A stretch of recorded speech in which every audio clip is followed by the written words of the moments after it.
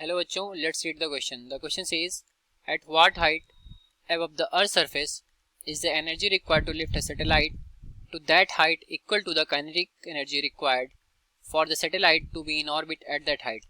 So question में हमें बोल रहा है कि हमें उस हाइट के बारे में बताना है जहां पर जो एनर्जी रिक्वायर्ड होगी किसी सैटेलाइट को उठाने के लिए वो बराबर होगी उस सैटेलाइट की काइनेटिक एनर्जी के बराबर. ठीक है, तो सॉल्व करते हैं इस प्रॉब्लम को. नोट डाउन करेंगे हम पहले अपना की कॉन्सेप्ट. तो लिखते हैं हम यहाँ पर की कॉन्सेप्ट. तो की कॉन्सेप्ट हमारा यहाँ पर हो जाएगा. पहला देखते हैं कि ऑर्बिटल वेलोसिटी होती क्या है एट हाइट h. तो ऑर्बिटल वेलोसिटी होती है, इसको हम vo से डिनोट करते हैं. vo इज इक्वल टू होता है हमारा, अगर अर्थ के अराउंड कोई सैटेलाइट मूव कर रहा है तो उसका जो फार्मूला होता है capital G into mass of earth divided by radius of earth. ठीक है, ये इसका अंडर रूट, ये होता है हमारा ऑर्बिटल वेलोसिटी का फार्मूला. और जो पोटेंशियल एनर्जी का फार्मूला होता है किसी सैटेलाइट के लिए, उसको हम u से डिनोट करें तो u इज इक्वल टू होता है minus of G mass of the earth into mass of satellite divided by radius of earth. ठीक है, ये होता हमारा पोटेंशियल एनर्जी का फार्मूला. ये आर ई हमने कब लिया कि जब वो हमारे सरफेस पर होगा, तब अर्थ के सरफेस पर होगा. और अगर ये डिस्टेंस हमारी बढ़ती जाती है, सपोज करें हम आर डिस्टेंस पर है, तो मैं यहाँ पर आर ई के यहाँ पर आर पुट कर सकते हैं. तो ये दो फार्मूले हो गए. अब आते हैं हम प्रॉब्लम पर. तो प्रॉब्लम में बोल रहा है कि किस हाइट पर जो रिक्वायर्ड एनर्जी होगी लिफ्ट करने के लिए सैटेलाइट की, वो काइनेटिक एनर्जी के बराबर होगी. तो पहले हम देखते हैं कि जो लिफ्टिंग एनर्जी है उसकी वैल्यू क्या होगी. तो अगर हम लेट करें कि हमारा ये अर्थ है, ये अर्थ सरफेस है, इसके अराउंड कोई सैटेलाइट ऐसे सर्कुलर पाथ पर मूव कर रहा है. ठीक है, हम लेट कर लेते हैं कि यहाँ पर हमारा सैटेलाइट है, उसकी हाइट अर्थ सरफेस से कितनी h है. ठीक, और इसका मास हो गया स्मॉल m और कैपिटल m मास हो गया हमारे अर्थ का, और अर्थ का रेडियस हो गया r e.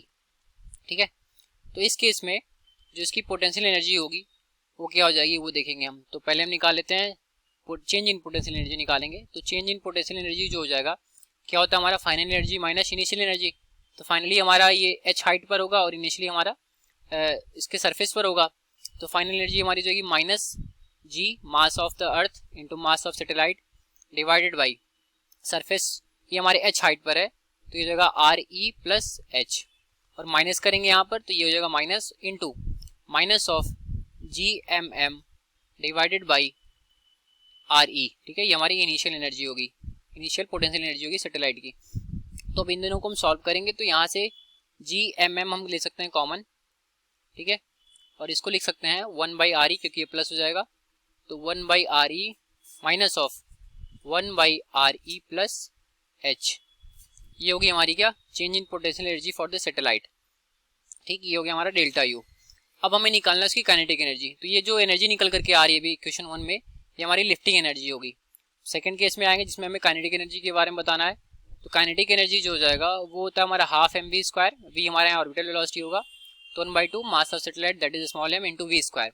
तो वी स्क्वायर की जगह हम लिख देंगे G M divided by R E plus H. ठीक है, इसका स्क्वायर करेंगे तो अंडर रूट है तो स्क्वायर हट जाएगा हमारा.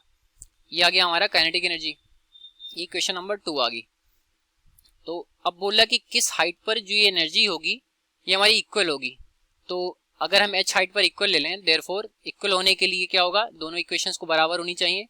तो 1/2 ये हो जाएगा G M M divided by R E plus H. This should be equal to the change in potential energy that is G M M into 1 by R E minus 1 by R E plus H. ठीक है, ये इसके बराबर होगा. अब इसको solve करेंगे तो जी एम एम से जी एम एम कैंसिल हो जाएगा और इसका हम क्रॉस मल्टीप्लाई करके सॉल्व कर लेंगे. ठीक, तो ये हो जाएगा 1/2 आर ई प्लस एच. हमारा यहाँ पर minus 1 by R E plus H होगा तो ये इधर आ जाएगा. ये इधर आने के बाद ये हो जाएगा 3/2 आर ई प्लस एच बचेगा और ये इक्वल हो जाएगा हमारा 1 बाई आर ई के. इसको फर्दर सिंप्लीफाई करेंगे तो 3 आर ई हो जाएगा. ये this should be equal to 2 R E plus 2h. ठीक, अब यहाँ से मैं हाइट के बारे में बोला था तो 3 माइनस 2 आर ई हो जाएगा तो बचेगा आर ई, और h की वैल्यू यहाँ से निकल करके आ जाएगी h is equal to R E by 2.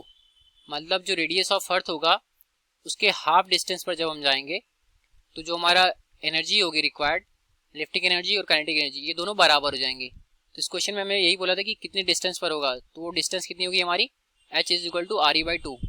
So this is final solution. तो ये रहा हमारे इस क्वेश्चन का correct solution. I hope you understood well. Thank you.